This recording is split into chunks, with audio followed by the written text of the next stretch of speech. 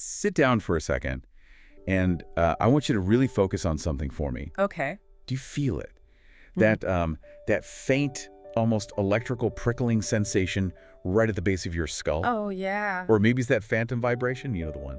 That feeling that your phone is buzzing against your thigh, demanding your attention, even when you can visibly see, it's sitting on the table entirely across the room. It's a completely visceral sensation, isn't it? It really is. It's become almost a default state for modern humans. Just this kind of low-level background hum of anxiety. Right, and usually when we just brush that off, we say, oh, I'm just stressed from work, or I've had way too much coffee today, or I'm just tired. Yeah, we rationalize it. But the source material we're covering today in this deep dive, it's a manifesto titled The Great Detachment. And it argues that sensation is something much, much more primal. It really reframes the whole feeling. It argues that what you are feeling is actually the intuition of a prey animal, an animal that knows on a deeply biological level that it is being watched. That is honestly a chilling way to start a deep dive. I know, it's intense. But you're right, the text we have today really doesn't pull any punches at all. It opens right up with the premise that we are standing at a precipice. A major one. The author argues that we aren't just going through another tech upgrade cycle. We're not just moving from an iPhone 15 to a 16 or getting slightly faster Wi-Fi in our living rooms. Right, it's not about the gadgets. Exactly. They argue we are witnessing what they call the final closing of the cage. The final closing of the cage. And what makes this source so urgent and honestly a bit terrifying to read through is that it attaches a very specific deadline to this feeling. A hard deadline. Yeah, it's not just a vague, oh, someday in the dystopian future we'll all be tracked. The source points specifically to the year 2028. 2028, which is right around the corner. That is the year, according to this analysis, that the world completely transforms into a totalizing feedback loop. A totalizing feedback loop. A panopticon that doesn't just watch what you do, but actually anticipates what you will do. So the mission for this deep dive today is to really unpack this manifesto. We need to understand exactly why the source believes we are on this collision course, what exactly is supposed to happen in 2028, and most importantly, why the author believes that to survive this transition with a sovereign human soul intact, we have to learn the art of becoming invisible. Invisibility as a survival mechanism. It sounds crazy, right? It sounds totally like science fiction, or maybe something pulled from a spy novel. But by the time we get through the section on biodigital harvesting, I think listeners will realize it's actually a very practical, almost tactical argument being made. Definitely. But before we get into the really heavy stuff, let's set the stage a bit. The text itself is structured in a really interesting way. It's very unique. It's not just a dry academic white paper.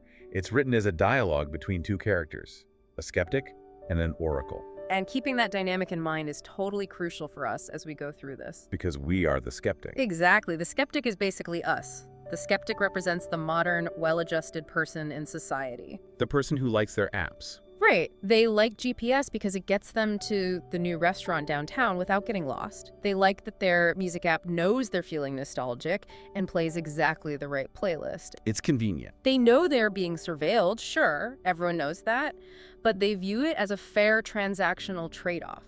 I give you some of my data, and you give me seamless convenience in my daily life. Precisely. The skeptic basically asks the questions we all ask. Is this paranoia? Or is this actually a threat? I mean, I have nothing to hide, so why should I care? The classic defense. And the oracle is the voice of warning in this text. The oracle argues that the skeptic has fundamentally misunderstood the true nature of the transaction. Yes. And the oracle frames this not as some wild conspiracy theory. This isn't about, shadowy figures in a smoky room twisting their mustaches and plotting world domination. It's just a system. Exactly. It's presented as a pure systemic analysis of surveillance capitalism. It's about the cold mathematical logic of the system itself. The machine doing what it's built to do. The argument is that the system must expand until it covers absolutely everything. It's an engine that runs on data, and it's running out of external fuel, so it has to start mining deeper. And that inescapable logic leads inevitably to 2028. Okay, let's start unpacking this. The first major pillar of this argument is what the source calls the new surveillance. But they use a very specific, very clinical term that genuinely made my skin crawl a little bit when I read it: biodigital harvesting. biodigital harvesting. This is the critical distinction that we really need to wrap our heads around today. It's a huge shift. The source argues we are completely moving past the era of metadata. For the last 15 years or so, we've worried about consumer tracking. Right, the advertising stuff. You know the drill. You search for a pair of leather hiking boots online, and then those exact same hiking boots follow you around the internet for 3 weeks on every single sidebar and banner ad. Retargeting pixels. Yeah. And honestly, I think we've all kind of made our peace with that. It's annoying, sure, but it feels fundamentally harmless. It's just commerce. They want to sell me shoes. But the Oracle argues that kind of tracking is ancient history now. That was the era of behavior. Yeah, now. We are now firmly entering the era of biology. The data isn't about what you buy anymore. It's about who you are on a biological level. It's about your internal state. There was a historical analogy in the text that I thought was just brilliant for visualizing this shift. It compared our current situation to the Roman Empire. Can you walk us through that part? Yes, this is so key for context. Yeah. Think about a regular citizen in ancient Rome. When they walked out of their front door and stepped into the forum, the public square, they were public. They were seen by everyone. They are subject to the laws and the gaze of the emperor. If they caused a scene, the guards saw them and arrested them. They were entirely visible to the state. Sure. Public space means public rules. That makes sense. But their internal world remained completely private. Even under a paranoid tyrant like Nero or Caligula, the state could not measure the citizens' heart rate. They couldn't track the dilation of their pupils as they walked past a statue. They could only see the outside. Exactly. If a Roman citizen walked home, shut their heavy wooden door, and sat alone in the dark, they were truly fundamentally alone. The state stopped at the threshold. The mind was a sanctuary. Their thoughts, their feelings, their private anxiety, that was entirely theirs. No one could touch it or measure it. Precisely. But today, the source argues, the public square is sitting right there in your pocket, and the walls of your home have essentially become transparent. And this is where that term biodigital harvesting really comes in. The source lists specific biological data points that are being collected right now, today. And these aren't things you actively type into a search bar. These aren't status updates you post. These are things your body does completely involuntarily. Let's look at the smartwatch or the fitness tracker on your wrist. It records your heartbeat constantly. Which I like. Right. The skeptic says, that's just for my fitness. I want to know my zone 2 cardio minutes for the week. I want to hit my goals. But the Oracle says, no, that is a continuous record of your arousal, your fear, your daily stress levels, and your sleep architecture. It creates a highly detailed baseline of your biological normalcy. So it knows exactly when I'm calm and it knows exactly when I'm panicked. Precisely. And then there's pupil dilation. This one is fascinating and, frankly, terrifying. Yeah, this blew my mind. When you are scrolling through a feed, TikTok, Instagram, whatever app you use, your front-facing camera is often active for facial recognition or attention tracking. Just to see if you're looking at the screen. Right, and it can detect microdilations in your pupils. Which indicates what exactly? Why do they care about my pupils? It's biology 101. When you look at something you deeply desire or something that intensely frightens you, your pupils dilate automatically. It's an involuntary physiological response. You can't fake it. You absolutely cannot control it. If the camera sees your pupil widen even a fraction of a millimeter when you look at a photo of a specific politician or a new product or a scandalous news headline, the system knows exactly how you feel about that image before your conscious brain even registers your own emotion. That is wild. Mm-hmm. It's literally bypassing the conscious brain and going straight to the nervous system. It reads you better than you read yourself. And the third one that stood out to me from the text was micro-hesitations. Oh, right. When you hover your mouse cursor or your finger over a controversial link, but you don't actually click it. Just that pause. That split-second pause is recorded as highly valuable data. That hesitation represents an internal conflict. Your brain is saying, I really shouldn't click this, but I kind of want to. So it measures my self-control. The algorithm records that exact hesitation. It maps your lack of impulse control. It maps your cognitive dissonance in real time. So the core argument here is that these aren't just numbers on a spreadsheet. This is the literal extraction of your biological essence. Precisely. And the system takes these involuntary physiological reactions, millions of them over time, and uses them to build what the text calls a digital twin. A digital twin. Now, I've heard this term used in engineering before, like for building jet engines. Mhm. They build a digital simulated version of the engine to test it out before they build the physical one. It's the exact same concept, but applied to a human soul. Wow. It's a perfect simulation of you that lives on a server farm somewhere. And because the system has so much of your biological data years of historical data mixed with real-time biometric data, the digital twin is actually far more accurate at predicting your future behavior than you are. That's a really heavy concept to digest. The idea that a simulation running on a server knows my own mind better than I know myself. Sounds settling? But I have to play the role of skeptic here for a minute, just like in the text. Because I wear a fitness tracker, I check my sleep score every single morning when I wake up. I feel like I am the one using the data to get healthier. I'm in control of the device. I can just take it off if I want to, right? That is exactly what the skeptic says in the dialogue. I am the master of the tool. I use it for my benefit. Right. But the Oracle pushes back very hard on this assumption. The Oracle says control is the greatest illusion of the digital age. Because the data is actually using me. Think about the psychological loop you are in. When you wake up and immediately check your app for a sleep score, what are you actually doing? Checking how I slept. But you are bypassing your own internal proprioception. You are ignoring your own physical feeling of, how am I today? Am I rested? Instead, you are asking a machine to validate your own physical reality. You know, I actually do that. I literally look at the watch, and if it says a low number, I say, oh, wow, I slept poorly. And then I suddenly feel more tired than I did 5 seconds ago. You're fulfilling the machine's prediction. Yeah. You are actively outsourcing your human intuition. You are training yourself to seek biological validation from an algorithm. Wow. And the source argues that by the year 2028, this goes from mere monitoring to active predictive manipulation. Meaning the AI knows I'm anxious before I even feel the anxiety. Yes. And if the system knows you're entering a state of heightened anxiety or grief or vulnerability, it doesn't just sit there and watch you suffer. It acts. How so? It actively tailors your digital feed to exploit that specific emotional state.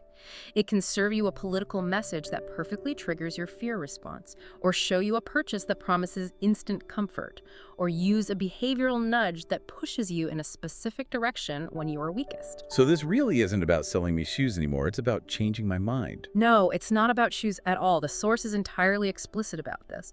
It is about the management of the human herd. The human herd. It is the ultimate commodification of the human experience.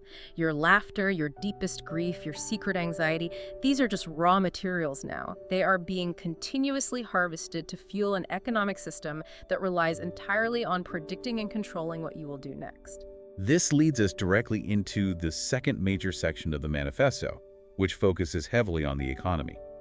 Because if we are just raw materials for a machine, what does that actually make the economy? The source uses a term here I hadn't heard before. Ghost GDP. Ghost GDP, or sometimes referred to as the mirage of wealth. It's an incredibly powerful economic critique. Let's get into it. The argument here is that we look at the stock market tickers, we look at national employment rates, and we think, okay, the line on the graph is going up, so we are winning. The economy is healthy and robust. But the source says these metrics are completely decoupled from actual reality. Decoupled entirely from human well-being and human sovereignty. The source argues that what we call economic growth in this new era is very often just the frantic, meaningless movement of digital tokens. It's the financialization of human attention. Can you break that down for me? Financialization of attention. What does that look like in practice? Sure. Let's imagine a massive social media platform updates its algorithm specifically to make its users more angry. Because anger drives engagement. Exactly. Because they are angry, the users doom scroll for 20% longer that day. As a direct result, the company's ad revenue goes up, their quarterly stock price goes up. That financial increase literally adds to the national GDP. So on paper, the economy grew, we got richer. The numbers certainly grew, but what was actually produced in the real physical world? Nothing of value. In fact, something vital was lost. A person's time. The user's time, their mental focus, their emotional health, that was forcibly extracted. It's a direct transfer of wealth from your personal sanity to their corporate balance sheet. So the wealth we think we have is fake. It's a total mirage. The source contrasts this modern illusion with what they call the wealth of the ancients. Like gold and silver. More fundamental than that. Real wealth is physical land, tangible resources, actual manual skill, a strong local community, and most importantly, time. Time is the ultimate wealth. If you have $1 billion in cryptocurrency on a screen, but you are hopelessly glued to that screen 16 hours a day, desperately responding to digital notifications, are you actually wealthy? Or are you just a serf? That brings up another heavy term from the text: digital serfdom. Own nothing and be happy. The source contextualizes this famous phrase not as some fringe internet conspiracy, but as a deliberate functional business model. A shift to subscriptions for everything. It's a forced economic state where people essentially rent their very existence from platform monopolies. You don't own your music anymore, you don't own your movies, you increasingly don't even own the software you need to do your job, you just subscribe to it all forever. And there was a point made about the labor of the jailer that really struck me as profound. The source argues that a huge chunk of our economy, our actual daily 9-to-5 jobs, exist solely to sustain this massive surveillance apparatus. This is a biting, deeply critical look at the modern workforce. The Oracle argues that millions of software engineers, behavioral psychologists, brilliant data scientists, some of the most highly intelligent people on Earth, are working their entire lives solely to keep users clicking. That's depressing. They aren't trying to solve climate change. They aren't trying to cure chronic diseases. They are simply optimizing hidden algorithms to keep you entirely predictable. So they aren't actually doing productive labor for humanity. No. In the eyes of the Oracle, they are jailers. They are the ones actively building and maintaining the invisible digital cage we all live in.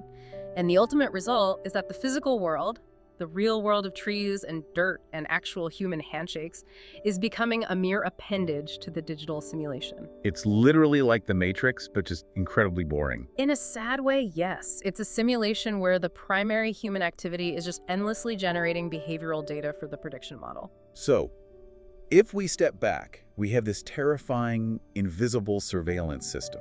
We have an economy that is basically a mass hallucination based entirely on harvesting our divided attention. This feels incredibly overwhelming. It is designed to feel overwhelming. Right. And the skeptic in the text asks the exact question I want to ask. So what do I do? Do I just retreat into my own mind? And this is where we really get into the philosophical core of this entire deep dive. This is the pivot. The source explicitly brings philosophy into the conversation. Specifically, Stoicism. The inner citadel, that phrase really stood out. Yes, the inner citadel. This is a profound concept originally derived from the Roman emperor and philosopher Marcus Aurelius. The Stoic emperor. The inner citadel is defined as the sacred space within your own mind that absolutely no tyrant, no digital algorithm, and no external social pressure can ever touch or infiltrate. But why bring ancient Roman philosophy into a discussion about modern AI and tech surveillance? It seems disconnected at first glance. Because the core problem we are facing isn't actually just technological, it's fundamentally psychological. It's a battle for the mind. Exactly. The Oracle argues that true Stoicism isn't about passive endurance. It's not about just grinning and bearing the pain of modern life. It is an active, aggressive reclamation of the fortress of the mind. But practically speaking, how does thinking like a Roman emperor actually work against an advanced machine learning algorithm? Think about how the algorithm fundamentally operates. It relies entirely on predicting your immediate reaction to a given stimulus. Okay. It shows you something politically outrageous, you get furious, you click the comment section. It shows you something highly desirable, you feel a surge of want, you buy it. It relies 100% on you being driven by basic, unexamined human impulses. Right. Action and immediate reaction. The loop. But the Stoic actively disciplines the mind to break that loop. The Stoic intentionally inserts a pause between the external stimulus and their internal response. They don't just react. The inner citadel becomes your first active line of defense. If the system cannot trigger you, because you have painstakingly mastered your own emotions, because you aren't desperately seeking external validation from a screen, then you suddenly become totally unpredictable to the machine. You become a black box. Exactly. You become a black box that the AI simply cannot solve.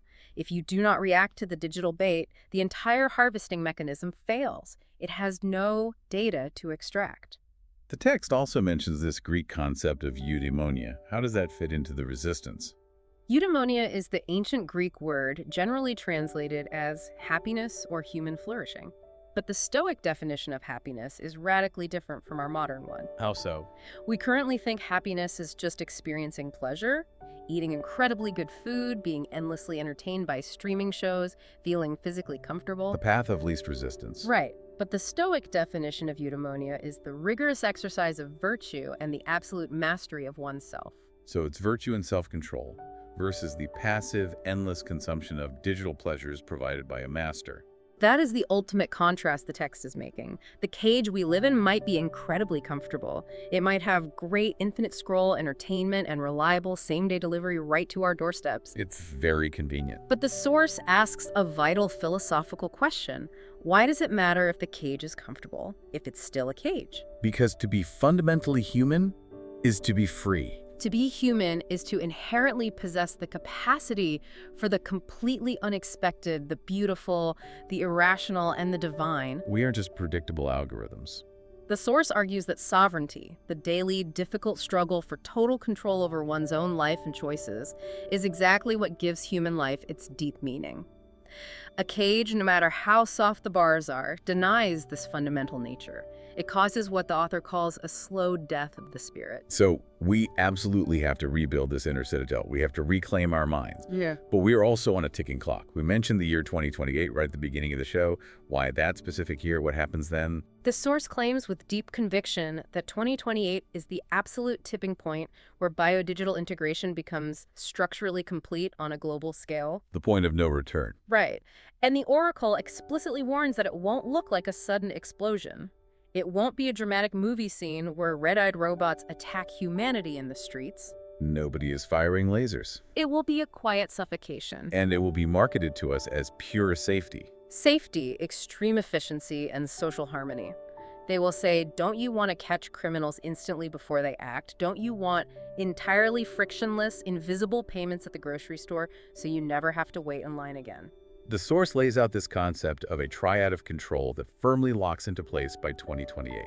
Let's break down the three parts of that triad. The first pillar of the triad is the digital ID. This is already rolling out in a lot of places. And by 2028, the text argues, it becomes totally mandatory for basic participation in society. Not just for international travel or specialized security access, but for logging onto the general internet, for entering a public building, for accessing routine healthcare. You literally can't move without it. And the second part of the triad is the central bank digital currency, or the CBDC. This represents the financial cage. How is it different from the digital money we use now on our bank apps? If physical cash is completely eliminated, then every single transaction you make, no matter how tiny, is instantly visible to the central issuer. Why, total financial surveillance. But more importantly than just visibility, a CBDC is highly programmable money. Meaning they can dynamically control exactly how and where you spend it. Exactly. The code dictates the rules.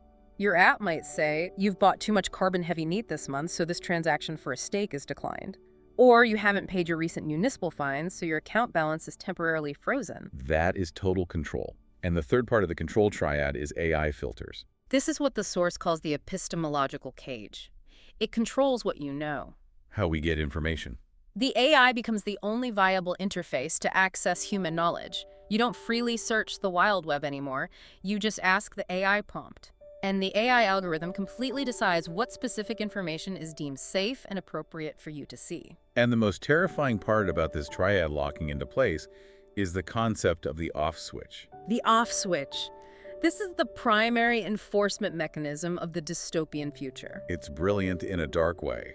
In the old days of tyranny, if you were a political dissident, the state physically had to send armed men to find you, violently arrest you, and put you in a physical prison cell. It was messy. It caused protests. It was messy, it was loud, and it was highly expensive.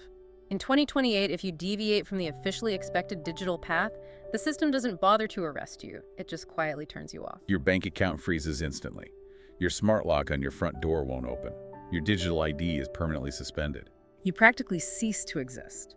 You become a non-person in a matter of seconds.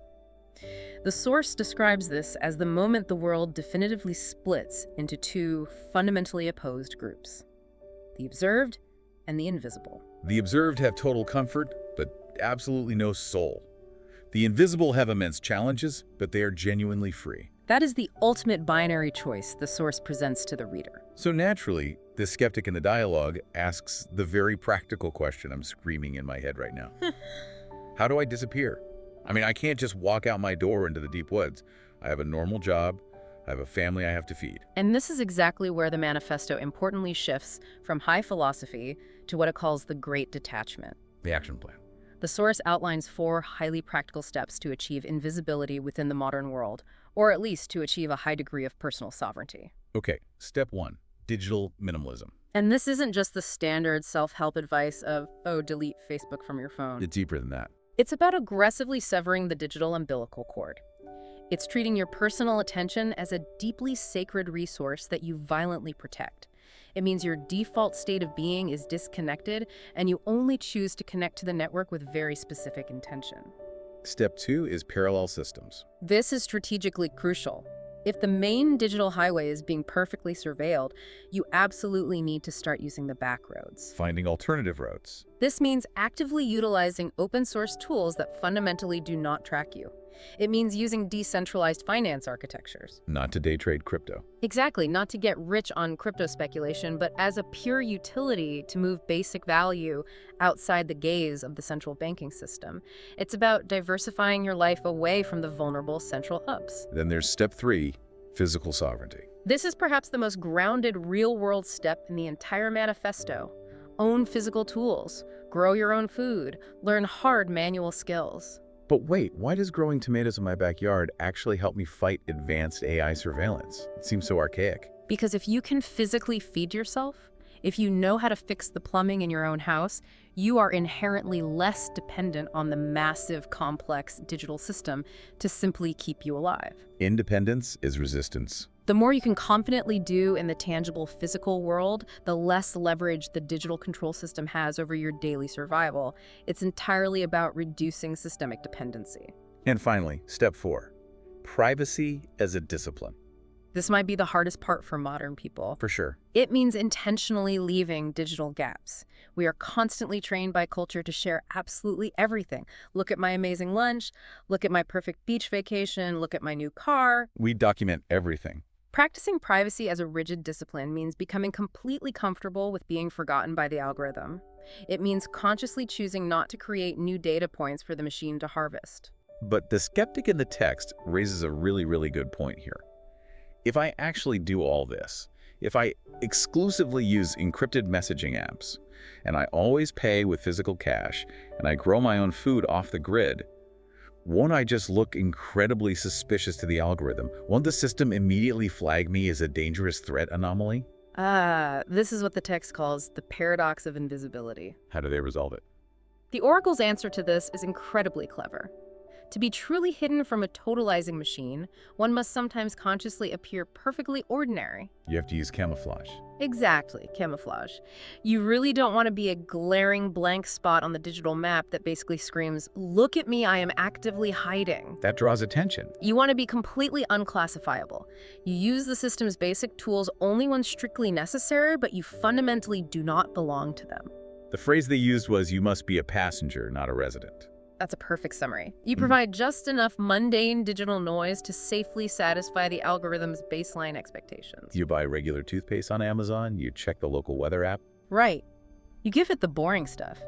But you fiercely keep the true human signal private. You absolutely do not share your deep inner thoughts online. You do not share your real-time physical location constantly. The source summarizes this approach by saying, start small, leaving the smartphone at home when you go for a walk, using paper cash to buy a coffee, simply talking to your neighbors over the fence. The text calls these small acts of rebellion. It might sound completely trivial to us now, but in a totalizing panopticon system, the simple act of talking to a human neighbor without any digital mediation recording the audio is a profoundly rebellious act. Because it's invisible. It actively builds a resilient, local human network that the digital system literally cannot see or map. This beautifully leads us to the final major section of our analysis today, the remnant and the new Dark Age. The source draws a very stark historical parallel here to the original Dark Ages in Europe. When the Roman Empire finally collapsed, when Rome fell, classical knowledge was largely lost. The metaphorical lights went out across the continent.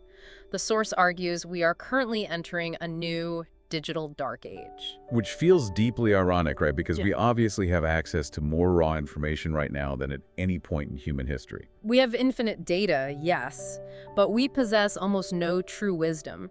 We are constantly lit by the blue glow of digital screens, but we are completely devoid of what the text calls true light. The weight of reason. And the comparison made here is explicitly to the historical monks. So these invisible people, Yeah. they're the new monks. In a very real, functional way, yes. Think about it.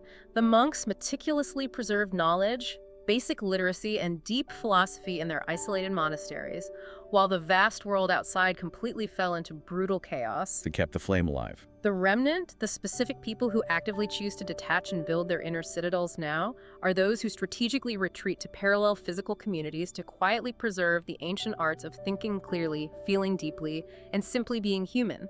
And the Oracle says something genuinely beautiful and a bit heartbreaking right here at the end. They say, you cannot save those who do not want to be saved. It's a very harsh Stoic truth. You simply cannot force someone to unplug from the comfort of the machine. They have to want to. But by actively becoming invisible to the digital system yourself, you paradoxically become highly visible to other sovereign souls.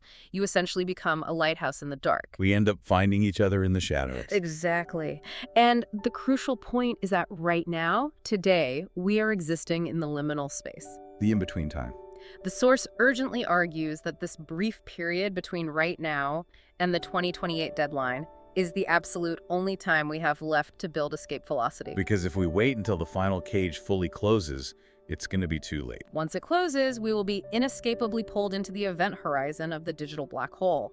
We have to actively shed the heavy weight of our digital dependence right now, while we still have the freedom to choose. So here is the final summary of the choice in front of us. It really is framed as a strict binary. To be perfectly seen and entirely owned by the machine, or to be completely invisible and authentically free. It's emphatically framed as a literal battle for the human soul. This is not just a debate about adjusting your smartphone privacy settings. It's a profound philosophical question about what it actually means to be a conscious person. The source leaves us with this incredibly provocative final thought. The question is not whether you can afford to become invisible. The question is whether you can afford to remain seen. That is the one line that really stays with me after reading this. In a hyper-searchable, totally mapped world, consciously being a mystery is the ultimate final form of human power. If they can't define you, they can't track you. If they can't define you, they absolutely cannot control you. See you in the shadows. That's the final sign-off of the manifesto. It's not just a sign-off, it's an open invitation. Okay, let's take a second to really connect this back to you, the listener, right now. We've spent this time talking about ancient Roman emperors, philosophical inner citadels, algorithmic digital twins, and monk-like remnants hiding from AI. That's a lot of theory. But the person listening to this deep dive right now is probably holding a tracking device, a smartphone in their hand. They might be driving a modern car equipped with constant GPS telemetry. They are deeply in the system. We all are in the system. Yep. I am, you are. There is no absolute purity here. So, practically speaking, where does the real resistance actually start for the average person today? Does it literally start with taking your phone and throwing it into the nearest river? No, doing that is just wildly reactive. True resistance starts fundamentally within the mind. It starts with actively building that inner citadel we discussed. The pause. The next time you feel that phantom vibration in your pocket, just stop. Do not automatically check the phone. Break the loop. Sit quietly with the uncomfortable sensation. Consciously recognize it for what it is. It is the bars of the cage vibrating. Reclaim that single moment of hijacked human attention. Exactly. Start by reclaiming that one tiny second. Then use that strength to reclaim an entire uninterrupted hour. Build the muscle. Then structurally reclaim a specific, sacred part of your daily life, maybe your quiet morning routine or your family dinner time. Make those moments completely invisible to the digital sensors. You build your ultimate sovereignty brick by physical brick. It's incredibly empowering, actually, when you frame it that way. It feels significantly less like running away in fear and much more like simply waking up. It's exactly like waking up from a very long, very comfortable simulation. The 2028 deadline is looming right in front of us, but the actual choice to step out of the cage happens today. Well, this has certainly been a heavy one, but a fundamentally necessary one. We're going to leave you with that lingering thought. Are you currently living a heavily tracked life that can be simply turned off with a distant digital switch? Or are you actively building something profoundly real, something they cannot touch? Become a mystery, friends. See you in the shadows. This has been The Deep Dive. Thanks for listening.